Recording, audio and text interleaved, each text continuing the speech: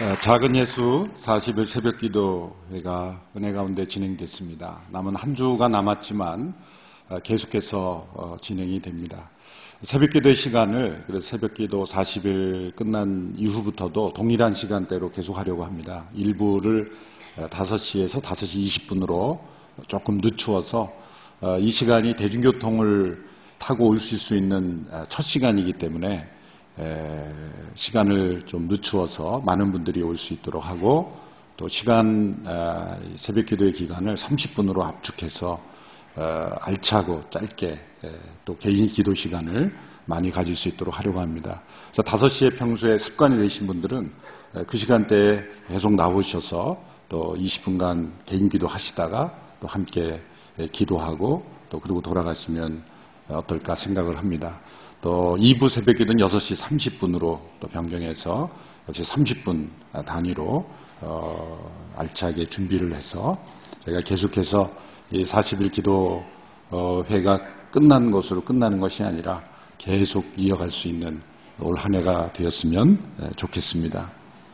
지난 2주 동안 선교헌금을 또 작정했는데 29,473분의 성도님들이 또 가정들이 참여해서 또 저희들이 목표로 했던 그런 선교 헌금을 잘 이루어갈 수 있었습니다. 감사를 드리고요. 재능기부도 600여 명의 우리 성도님들이 기쁨으로 참여했습니다. 이 기간에만 참여하는 것이 아니라 이후에도 또 각자 선교 사역의 재능으로 함께 헌신하기 원하는 분들은 언제든지 환영하니까 함께 참여해 주시기를 바랍니다. 오늘 비전헌금은 작년에도 한 차례 저희가 비전헌금을 했습니다만 노숙인 목욕탕 빨래방 건립이 아직 그 필요한 금액이 모금되지 않아서 저희가 한 번 더 힘을 모아서 올해 안에는 이 사역을 꼭 시작했으면 좋겠다라는 간절한 마음이 있어서 산마루 교회와 함께 진행하는 이 노숙인 목욕탕 빨래방 시설은 너무 중요합니다. 그분들이 새로운 삶을 시작하는 데 있어서 가장 큰 걸림돌은 그분들의 옷을 빨 수 있는 곳, 또 샤워할 수 없는 곳이 없기 때문에 일반 사람들이 꺼린다는 거죠. 식당도 갈 수가 없고 차도 탈 수가 없고 그 사람들의 그 외면받는, 마치 구약시대에 나 환자들이 사람들로부터 배척받는 것처럼 그렇게 사람들로부터 따돌림을 받는 주된 이유가 그 냄새, 그 청결하지 못한 상태이기 때문이죠. 그래서 그들의 몸을 깨끗하게 옷을 빨 수 있고 또 씻을 수 있는 공간, 그것을 마련해 주는 것이 가장 절실한데 아직도 정부 차원에서도 이러한 것들을 잘 하지 못하고 있기 때문에 교회가 이 일을 앞장서야 된다 생각합니다. 올해도 추운 겨울인데 올해는 할 수 없지만 내년부터는 추운 겨울에도 그들이 따뜻한 물로 씻을 수 있는 그러한 시설을 꼭 마련할 수 있도록 함께 오늘 힘을 모아 주시기를 바라고요. 또 예전에는 한쪽 주머니만 털었다면 오늘은 양쪽 주머니를 다 이렇게 너무 과감하죠 제가. 그래서 기쁜 마음으로 우리가 함께 이 사역을 시작했으면 좋겠다라는 생각으로 여러분들께 부탁을 드립니다. 기도하겠습니다. 하나님 아버지, 새로운 한 해를 우리에게 주심을 감사합니다. 믿음으로 미래를 열어가는 삶이 되게 하여 주시옵소서. 하나님의 말씀에 순종함으로 뜻을 이루어가는 삶이 되게 하여 주옵소서. 우리에게 주신 삶의 소중함을 기억하고 주님의 나라와 의를 구하는 우리의 삶이 되게 하옵소서. 하나님의 말씀에 순종하고 주의 뜻을 이루는 일을 가장 큰 기쁨으로, 즐거움으로, 행복으로 여기며 살아가게 하여 주옵소서. 이 나라 민족이 어두운 가운데 있지만 이 어두운 터널을 속히 지나 밝은 미래를 향하여 나아갈 수 있게 되기를 원합니다. 오늘도 하나님의 말씀에 귀를 기울일 때 우리에게 들려주시는 하나님의 음성으로 인하여 우리의 마음이 기쁘고 순종하며 돌이키는 귀한 시간 되게 하여 주시옵소서. 예수님의 이름으로 기도하옵나이다. 아멘. 오늘부터 신명기 말씀을 설교합니다. 신명기는 모세의 긴 설교입니다. 호렙산에서 받은 하나님의 율법을 백성들에게 다시 설교해 주는 모세의 설교, 강해 설교다 이렇게 말할 수도 있습니다. 우리말 신명기라는 것은 한문 성경에서 비롯되었죠. 일본어 성경도 동일한 한자를 씁니다. 그때의 신은 새로운 신이 아니라 한자로는 납신자인데 납신자가 여러 의미를 가지고 있는데요. 그중 거듭이라는 의미의 신입니다. 우리가 신신당부한다라고 할 때는 거듭 당부한다는 의미죠. 그때의 신입니다. 신명기는 거듭 당부하는 계명이다 이렇게 해석하면 되겠습니다.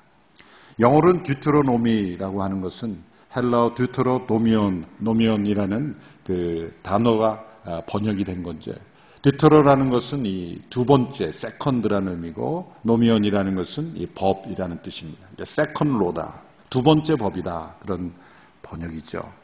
사실은 이 영어 번역보다는 한자 신명기라는 이 이름이 훨씬 더 신명기의 성격에 더 부합하다고 볼 수가 있습니다. 단지 두 번째 준 법이라는 의미보다는 거듭 당부하는 말씀이다. 강조해서 해설해 주는 말씀이라는 뜻이 더 정확하기 때문이죠. 그러나 사실 히브리어 성경의 제목은 이와 다릅니다. 히브리어 성경의 제목은 히브리어 성경들은 다 그 책의 첫 단어가 그냥 제목입니다. 이것이 말씀이다. 이것이 말씀들이다. 이것이 말씀이라는 그런 뜻의 두바림, 엘레하 두바림. 이것이 말씀이다라는 것이 신명기의 제목입니다. 이것은 하나님께서 모세를 통해서 과거 호렙산에서 주셨던 하나님의 계명을 다시 반복해서 거듭 당부하여 설명해 주시는 하나님의 말씀이다라는 것이죠. 모세가 왜 이스라엘 백성들에게 하나님의 법을 다시 설명해 주어야 할 필요가 있었을까요? 그것은 이스라엘 백성들이 지금 역사의 중요한 전환기에 있기 때문입니다. 지금 이스라엘 백성들은 모압 평야에 아라바 광야라고 부르는 곳에 있습니다. 가나안 땅에 들어가기 직전에 있습니다. 출애굽한 지 40년이 지나서 광야의 생활을 지난 이후에 이제 가나안 땅에 들어가기 직전에 있는 그 백성들에게 모세가 호렙산에서 과거 40년 전 받았던 그 법을 다시 설명해 주어야 할 필요성이 생기게 된 것이죠. 1장 1절과 1장 5절의 말씀을 보면 그들이 처해 있는 이 시점을 설명하고 있습니다. 1장 1절 말씀 같이 읽습니다. 시작. 이것은 모세가 요단강 동쪽의 아라바 광야 곧 바란, 도벨, 라반, 하세롯, 디사압 사이에서 모든 이스라엘 백성들에게 말한 것입니다. 1장 5절 모압의 영토에서 모세가 이 율법을 상세히 설명하여 말했습니다. 모압의 영토 요단 동쪽 아라바 광야에서 율법을 상세하게 설명해 준 것이다 라는 거죠. 모세가 율법을 다시 설교 그리고 설명해야 하는 첫 번째 이유는 대상이 바뀌었기 때문입니다. 첫 번째 호렙산에서 율법을 받았던 대상은 애굽에서 자라난 출애굽 1세대들입니다. 근데 그들은 이 광야 40년을 지나며 다 죽었습니다. 여호수아와 갈렙을 제외한 모든 세대들이 다 바뀌었다는 거죠. 이제 가나안 땅에 들어갈 세대는 출애굽 2세대들입니다. 그들은 광야에서 태어나 자란 젊은 세대들입니다. 40년 동안 자라난 세대들이니 비교적 다 젊은 세대들이죠. 이 차세대들, 다음 세대들에게 그 땅에 들어가서 살게 되었을 때 어떻게 살아야 될지를 교육할 필요성이 생기게 된 것이죠. 대상이 바뀌었기 때문입니다. 첫 번째 율법을 받았던 대상들이 아니라 이제 새롭게 자라난 광야에서 자라난 사람들은 이 호렙산에서 받은 율법을 다시 기억해야 될 필요가 있었다는 거죠. 두 번째 이유는 상황이 바뀌었습니다. 지금까지는 광야 시대였습니다. 그래서 하나님께서 기적적인 도움을 통해서 만나와 메추라기, 때로는 반석에서 물을 나게 하시고 이런 하나님의 기적의 도움을 통해서 살아왔습니다. 유목 시대였습니다. 유랑 시대였습니다. 그런데 가나안 땅에 들어가면 이제 정착민으로 살아가게 됩니다. 이제는 만나가 그치게 됩니다. 자신들의 씨를 뿌려 농사하고 수고하여 어둠으로 살아가야 하는 그런 시대가 되었습니다. 상황이 바뀌었기에 하나님의 율법을 다시 해설하여 적용할 필요가 생긴 것이죠. 세 번째 필요성은 지도자가 바뀌었기 때문이죠. 모세는 가나안 땅에 들어갈 수 없습니다. 광야 40년을 인도했던 모세는 여기까지가 끝입니다. 그는 들어가기를 원했습니다. 그러나 하나님이 허락하지 않으셨습니다. 자신은 들어갈 수 없는 그 땅이지만, 그리고 이제 여호수아를 통해서 들어가야 되는 그 땅이지만, 모세는 자신이 이제 죽음을 얼마 남지 않은 그 시점에 인생의 가장 엄숙하고 숭고한 그 시간에 차세대들이 그 땅을 올바로 정복하고 차지할 수 있도록 돕는 길은 자신이 호렙산에서 받은 율법을 그들에게 다시 설명해 주는 길이라고 생각했던 것이죠. 너무나 중요하고 적절한 결정이요, 하나님의 성령의 이끌림을 받은 그러한 행동이었던 것이죠. 하영조 목사님께서 리더십에 관한 여러 남겨주신 교훈 가운데 제 마음속에 남아있는 것이 있습니다. 진짜 리더십의 절정은 자신이 없을 때 잘 되도록 준비하는 일이다. 자신이 맡았을 때 잘하는 건 당연한 일이다. 그러나 그 자신 너머를 준비해야 된다. 자신이 없을 때도 잘 되도록 준비하는 것이 리더의 책임이다. 모세가 바로 이 일을 하고 있는 거죠. 자신은 그 땅에 들어갈 수 없습니다. 그러면 그 땅에 들어갈 백성들을 자신이 이 시점에서 준비할 수 있는 가장 중요한 준비는 무엇인가? 하나님의 율법을 그들에게 다시 설명해 주는 일입니다. 그들이 이 설명과 설교를 얼마나 마음 깊이 들었는지는 중요한 것이 아닙니다. 자신의 리더로서 할 도리를 다하는 거죠. 그래서 이 신명기가 나오게 된 것이었습니다. 가나안 땅을 얻기 전에 하나님의 말씀을 먼저 들어야만 했다는 거죠. 땅보다 중요한 것이 말씀입니다. 땅은 물질이요, 말씀은 영이요, 정신입니다. 그들이 그 땅을 차지하기 전에 하나님의 말씀이 그들의 영혼을 차지해야만 했습니다. 역사적으로 물질이 정신, 영혼보다 더 앞선 때는 언제나 역사의 멸망을 가져왔습니다. 영혼이 물질을 다스리지 못하면 그 역사는 실패합니다. 모세는 그 백성들에게 그 땅을 차지하는 것보다 더 중요한 것은 그 땅을 왜 주셨고 그 땅을 차지함으로 어떻게 관리하게 될지를 아는 그들의 영을 새롭게 하는, 그들의 영혼을 깨워야 하는 것이 가장 중요한 것이다. 우리에게 많은 땅이 주어진 것보다 더 중요한 것은 그 땅을 관리할 수 있는 올바른 영혼이 돼 있는가. 그것은 하나님의 말씀으로부터만 오는 것이죠. 그래서 하나님의 계명을 그들에게 다시 말씀해 주어야 했던 것입니다. 신명기 1장에서 3장까지의 내용은 그들이 호렙산에서부터 시작해서 지금 이 모압 광야에 이르기까지의 그 기간 동안 40여 년의 동안을 압축해서 요약해서 회고하는 내용입니다. 우리가 어떻게 여기까지 왔는가를 과거를 회고하는 내용입니다. 40년의 역사를 3년 동안 짧게 회고하니 모든 이야기를 다 기록할 수가 없었겠죠. 선택적으로 중요한 사건들만 다시 회고합니다. 4장부터가 이제 율법을 다시 해설하는 설교가 본격적으로 이루어집니다. 그래서 1장부터 3장까지가 서론이라고 말할 수가 있겠죠. 그러나 이 서론을 잘 읽어야 사장부터 그 율법이 왜 주어졌는가, 그 뜻이 무엇인가를 정확하게 깨달을 수가 있는 것입니다. 그래서 1장에서 3장에 나눈 내용은 40년의 역사를 3년으로 암축했으니 그 모세가 필요한 기억들만, 사건들만 선택했겠죠. 그리고 그 시각이 모세가 지금 이 차세대를 교육하는 그 일에 있어서 중요한 그 모세의 관점을 통해서 선택하고 해석한 일들입니다. 그래서 이 출애굽기와 민수기에 나오는 그 내용과 약간 상이한 것처럼 보이는 기록들이 있어요. 오늘 1장 후반부에도 보면 그가 첫 번째 기억하는 것은 지도자들을 세우는 일이었다는 것을 회고합니다. 그러니까 첫 번째, 과거를 회상할 때 자기 모세 혼자 할 수 없었다. 함께 지도자들을 세워서 현명하고 통찰력 있고 존경받을 만한 지도자를 세워서 함께 이뤄갔다는 것을 먼저 기억하고 있거든요.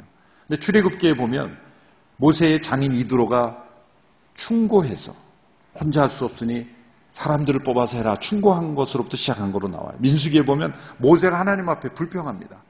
제가 언제 어떻게 이 짐을 집니까? 그랬더니 하나님께서 사람들을 세우라 그래서 한 것으로 나타나는데 신명기는 모든 것을 종합한 거죠.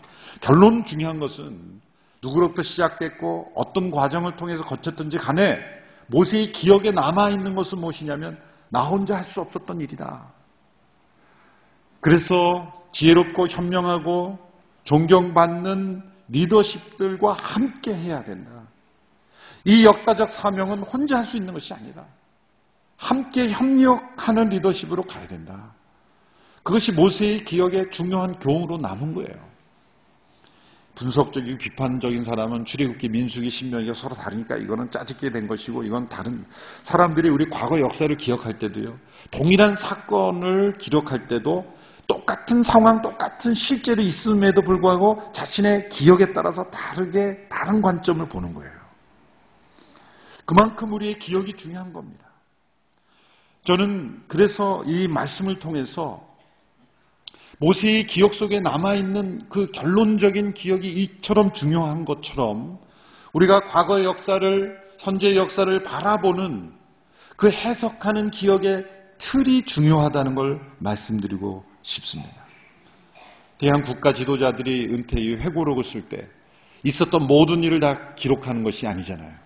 핵심적인 중요한 그의 기억 속에 역사에 가장 중요하다고 생각되는 기억, 남은 기억을 가지고 기록하잖아요.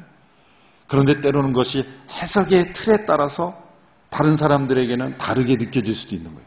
동일한 사건, 동일한 현장에 있었던 사건일지라도 해석의 틀에 따라서 다른 사건이 될 수처럼 보일 수도 있는 거죠.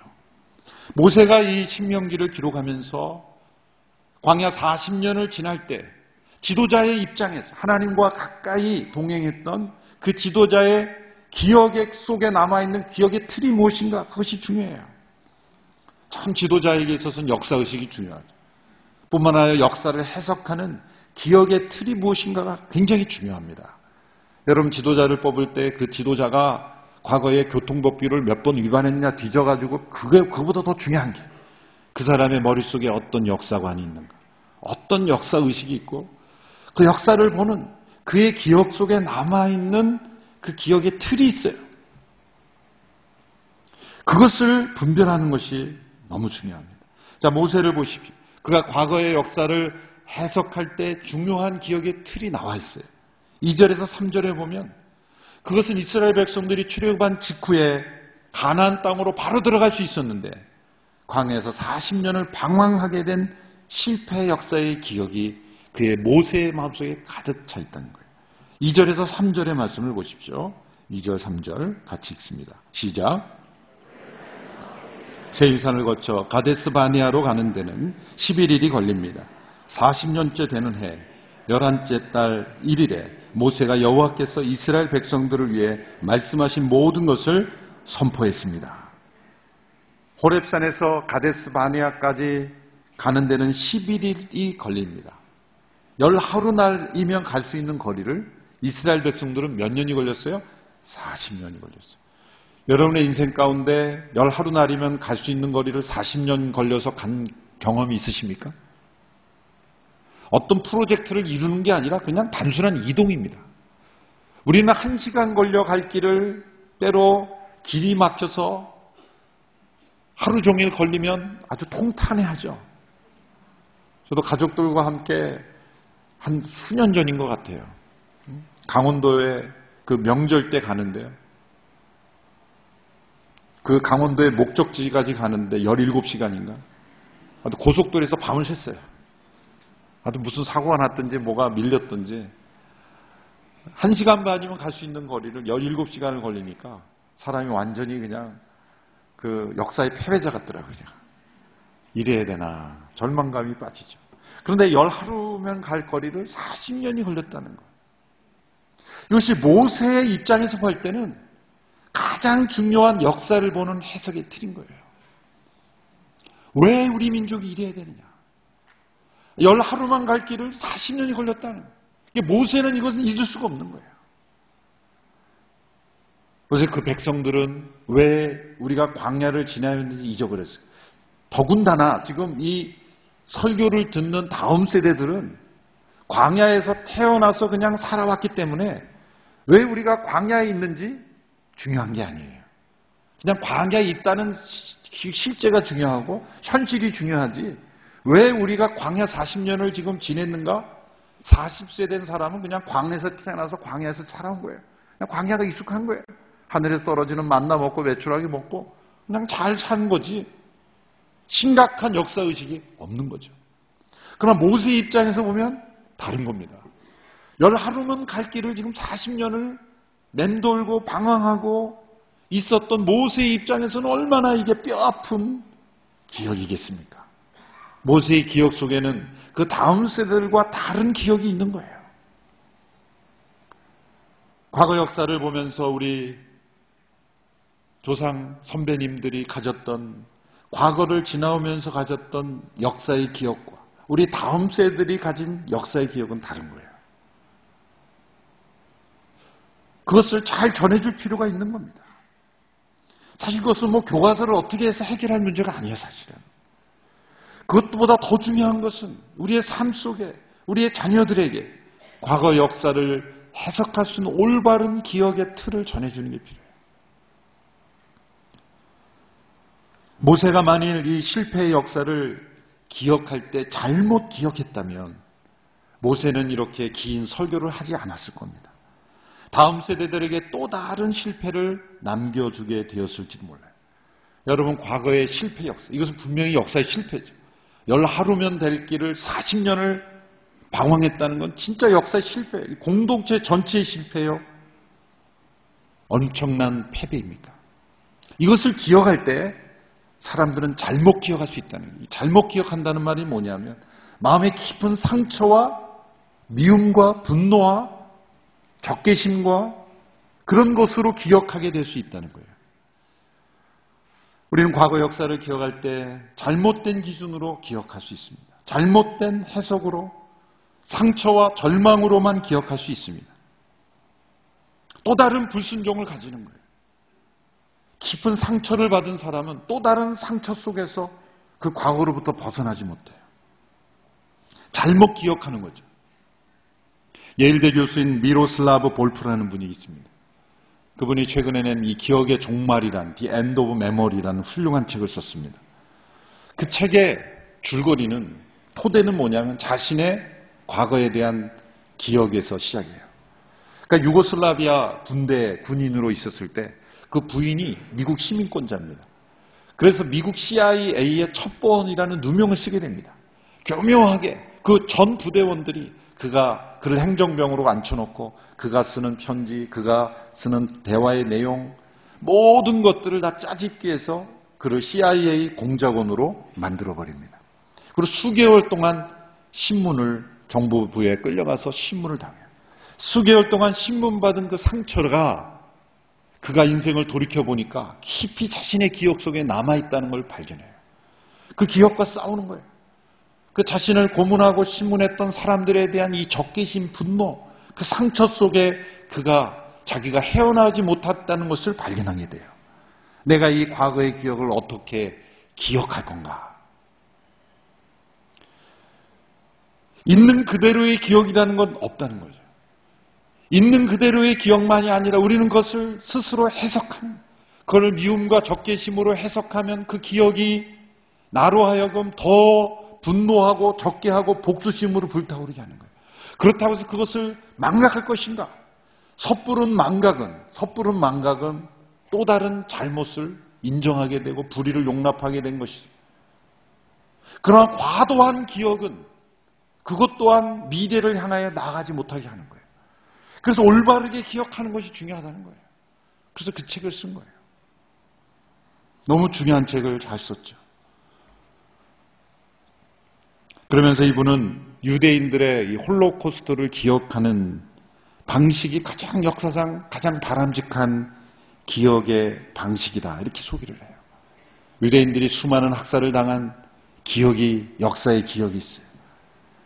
그들은 그것을 가지고 적개심으로, 분노로, 역사를 향한 어떤 미움으로 가져가는 대신에 다시는 그런 일이 일어나지 않는 정의로운 삶과 그런 교훈으로 그것을 바꾸었다는 거예요. 올바르게 기억한다. 여러분, 우리는 기억에 의존하여 살아갑니다. 기억을 통해 자기 정체성을 확립합니다. 성 어스틴의 고백록을 보면 기억의 신비에 대한 한 챕터를 썼어요. 우리가 회개할 수 있는 것도 기억이 있기 때문에 회개하는 거예요. 자기가 뭘 잘못했는지 기억 못하면 회개가 안 일어나져요.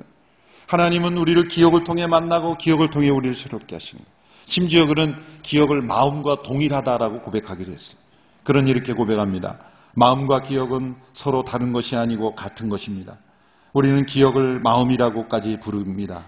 기억이란 마음의 위장과 같습니다. 기억을 마음의 위장과 같다 그랬어요. 또한 인간은 망각의 존재죠. 망각을 통해, 잊어버림을 통해 새로운 미래를 출발할 수 있습니다. 그런데 과거와 함께 과거의 교훈까지 망각하면 과거의 잘못을 되풀이하게 됩니다. 반대로 망각해야 될 것을 기억하면 그 기억은 새로운 미래를 가로막습니다. 그러므로 우리는 기억을 올바르게 기억할 필요가 있어요. 미래를 위해 불필요한 것은 망각하면서 동시에 과거의 실패의 교훈을 올바르게 기억함으로써 새로운 미래를 준비하게 되는 거예요. 우리는 이 망각의 기술과 기억의 기술을 잘 배워야 되는 거예요. 왜 이렇게 기억이라는 주제를 장황하게 말씀드립니까? 이것이 모세가 율법을 다시 설교해야 하는 이유이기 때문입니다. 모세는 이스라엘 백성들에게 올바른 기억을 심어주기를 원했다는 거예요. 그들의 기억을 새롭게 교정시켜 주는 거예요. 그들이 광야에서 자란 기억만으로는 그 땅에 들어가 하나님의 뜻대로 살 수 없는 거예요. 광야에서 자라난 백성들에게 올바른 기억을 심어주는 거예요. 그 기억은 뭡니까? 우리가 왜 광야 40년을 지내야만 했는가? 그것은 하나님의 말씀을 기억함으로써만 우리가 잘못되었다는 것을 반성하게 되는 거예요. 그들의 선택으로 인한 잘못은 아니었지만, 그들의 조상으로 인한 역사의 실패였지만, 그러나 그것을 기억해야 하는 거예요. 왜 광야 40년을 지냈는지를 그 자녀들이 기억하지 못하면 가나안 땅에 들어가 또 다른 실패를 되풀이하게 되기 때문이에요. 그들의 기억을 교정시켜 주는 거예요. 광야의 기억만으로는 가나안 땅에 살 수 없기 때문인 것입니다. 하나님께서 그 백성들에게 약속하신 그 땅에 들어가 차지하라고 말씀하셨습니다. 하나님께서 과거에 그 약속을 왜 주셨고 왜 그 땅에 들어가라고 하셨는지 그 말씀을 기억하지 못하면 광야 40년 그냥 흘러간 역사가 되어버리는 거예요. 왜 그 광야 40년을 해석할 수 있는 기준이 없는 거예요. 그 땅에 들어가라고 하신 하나님의 말씀의 기준이 있어야 이 40년이 우리의 불순종으로 인하여 없어도 되는 실패 역사라는 걸 깨닫지 않습니까? 그러므로 하나님의 말씀을 기억하는 것이 우리의 삶의 가장 중요한 소중한 기억이어야 하는 거예요. 우리 기억 속에 무엇이 담겨 있습니까? 우리가 지난 수십 년 동안 살아온 인생만 기억합니까? 그러면 우리의 역사는 또다시 실패하게 되는 거예요. 우리를 창조하신 그 하나님을 기억하고 우리에게 주신 소명을 기억하고 우리에게 주신 그 말씀의 기준을 기억할 때 우리의 인생과 역사가 해석이 되는 거예요. 우리가 우리의 인생을 해석하고 역사를 해석하는 중요한 기억의 틀은 하나님의 말씀이어야 하는 것입니다. 그래서 전도서 12장에 보면 젊은이들에게 나는 아직 젊을 때 너의 창조자를 기억하라 그러잖아요. 왜 창조자를 기억하라 그럽니까? 미래를 향하여 꿈을 꾸라, 새로운 미래를 꿈꾸라고 말하지 않고 너의 기억 속에 창조주 하나님을 넣어라. 하나님, 창조주 하나님에 대한 기억이 있어야 새로운 미래가 열린다는 거예요. 현재가 해석된다는 거예요. 모세가 하나님의 율법을 새로운 세대들에게 설교하여 가르친 것처럼 역사적으로 하나님의 말씀이 가르쳐질 때 시대의 개혁이 일어났어요. 유대 역사 중에서 가장 근본적이고 사회 전반적인 개혁을 일으킨 왕이 요시야 왕이에요. 그런데 그 요시야 왕이 개혁을 일으킨 동기가 뭐냐면 어느 날 성전을 관리하던 자가 모세가 전해준 율법책을 발견합니다. 그 율법책을 읽음으로 인해서 개혁이 일어난 거예요. 모든 학자들은 공통적으로 그 율법책은 아마 신명기였을 것이다. 추정이지만 아주 타당한 추정이죠. 신명기의 말씀, 모세가 다음 세대들에게 전해준 그 말씀을 백성들이 왕으로부터 읽고 그 말씀대로 행하기를 결단했을 때 종교개혁뿐만이 아니라 사회 전반의 개혁이 일어난 거예요. 포로 후에 백성들이 돌아왔을 때 개혁이 또 일어났어요. 학사 에스라가 하나님의 율법책을 백성들에게 가르쳤을 때 그들도 회개하며 하나님 앞에 돌이키는 개혁의 역사가 일어나요. 그 책도 동일하게 신명기였을 것입니다. 그래서 2017년도를 시작하면서 신명기를 설교하는 이유가 여기에 있어요. 다음 세대가 다시 들어야만 했던 이 말씀. 모세의 율법을, 하나님의 율법책을 모세가 다음 세대들에게 가나안 땅에, 그 땅에 들어가기 전에 그 말씀을 다시 해석하여 설교했던 이 설교를 우리가 들음으로써 오늘 우리가 돌이키는 역사가 일어나기를 원하고 우리나라 민족이 다시 돌이켜 새로운 개혁이 일어나게 되기를 바랍니다. 무엇보다도 우리의 기억 속에 하나님의 말씀의 기준이 심겨지기를 원합니다. 우리가 무엇이 잘못되었고 무엇을 돌이켜야 되고 이 역사가 어디로 지금 흘러가고 있는지 하나님의 말씀에 대한 기억으로 새롭게 함으로써 우리의 과거의 실패를 올바르게 기억하고 상처와 분노와 적개심으로 기억하는 것이 아니라 올바른 교훈으로 그리고 새로운 삶으로 나아가게 하는 기억으로 우리의 삶 속에 기억되기를 원합니다. 이 신명기의 말씀을 통하여 하나님의 말씀이 우리의 삶을 통해 역사하는 그런 한 해가 되기를 주님의 이름으로 축원합니다. 기도하겠습니다. 하나님 아버지, 모세를 통해 이스라엘 백성들에게 참된 기억을 가르쳐 주시고 하나님의 말씀 앞에 다시 서게 하신 것처럼 2017년도 한 해 이 신명기 말씀을 통하여 우리의 인생의 기억 속에 역사를 해석하는 기억의 틀로 하나님의 말씀을 붙잡게 하여 주시옵소서. 예수님의 이름으로 기도하옵나이다. 아멘. 함께 영상을 보신 이후에 비전헌금에 참여하겠습니다.